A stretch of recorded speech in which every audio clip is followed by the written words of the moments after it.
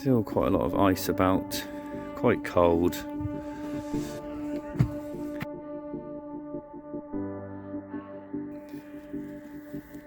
we're going to put this little frozen 25 metre across the gap over there.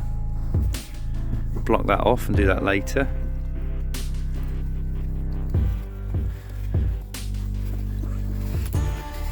Basically catching silvers and moving them to the lake next door here. Done a hell of a lot of work down here. The lilies are obviously an issue because the little fish hide in them, so we splash them and actually net through them quite a lot of the time. Carp will get out, but the silvers tend to swim out of the way and you tend to catch them fairly easy. But there's a productive bit of water here, some really big carp as well. But the club have done an awful lot of productive work opening it up and clearing stuff, some planting and all sorts, so it's all good stuff. Let's see if we can catch some nice fish. Very cold, it's -3 on the way down, and it's 0 degrees now.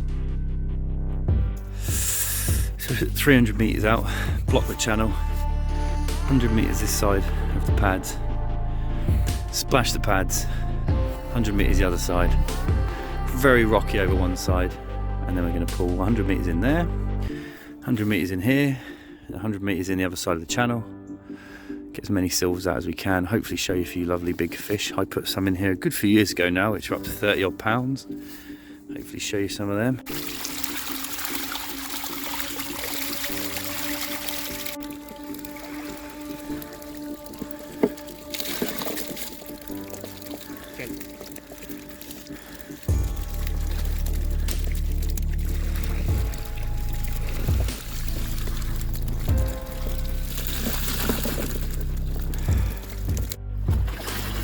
Zoom out.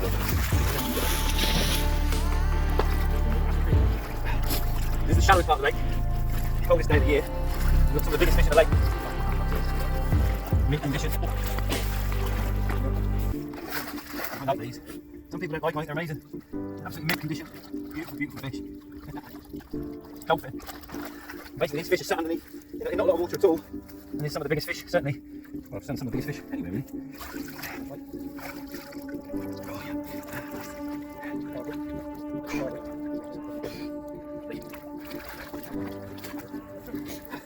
So by removing as many of the small fish again as we can, you guys are going to have a lot of work bigger.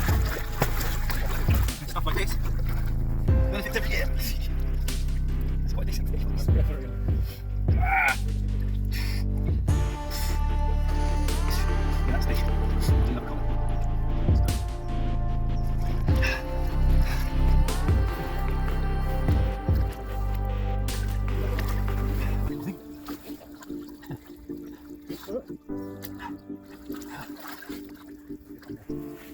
Yeah, commons are great.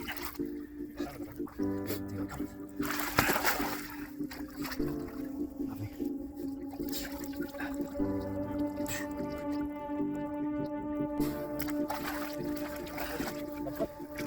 Oh, there's another one, Jesus.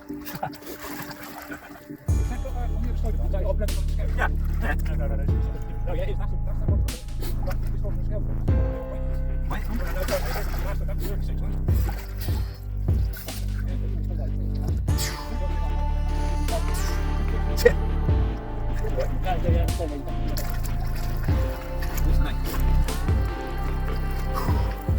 There's a few in here.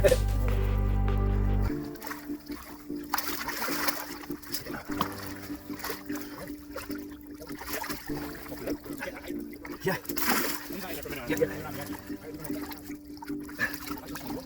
Out. This is smaller than the other one. Anything else in there? There's a nice lot of silvers as well, guys. Come out. That's the result. That's pretty mirror.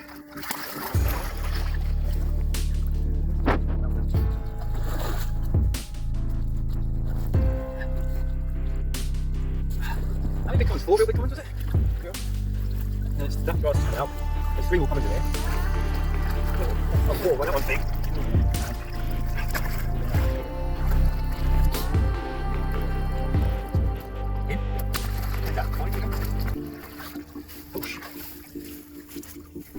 That's the small, those grass carp.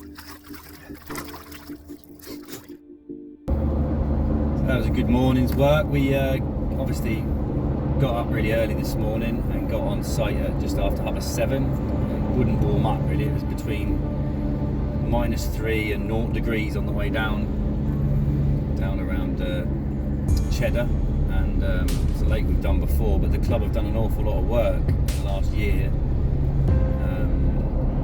Some of the members moaned because they made a bit of a mess, but you have to make a mess sometimes. They got a digger in and cleared out some of the swims and cleared a lot of trees and created huge amounts, much better wind and airflow on the lake, which they've already noticed the difference in the water.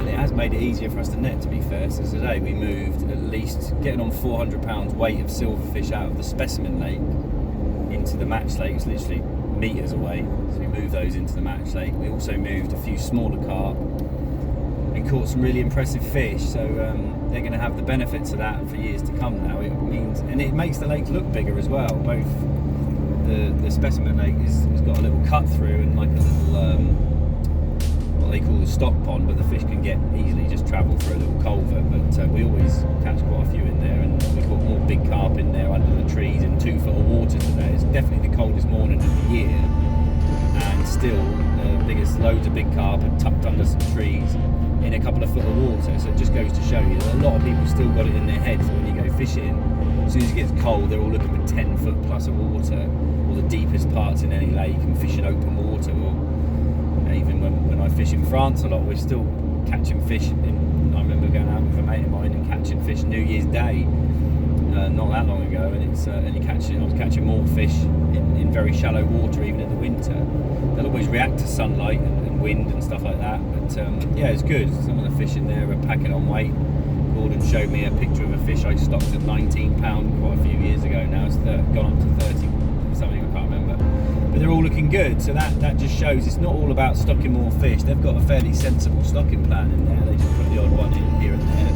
They lose a few every now and then, as does everybody, just through most of the time natural wastage, really, natural reasons, and various different environmental factors. But yeah, it's good. They've done an awful lot of positive work, and they'll reap the benefits now. The lakes look better. They've done a lot of work on the swims, and obviously the more we can keep, just because it's a specimen lake, the more we can keep eating away at the small fish, because they just keep reproducing every year, the better, really. So yeah, it's just a classic example of a club putting in the work and getting the rewards, really. So yeah, we'll go back next year, and I'm sure those fish will have put on a decent amount of weight.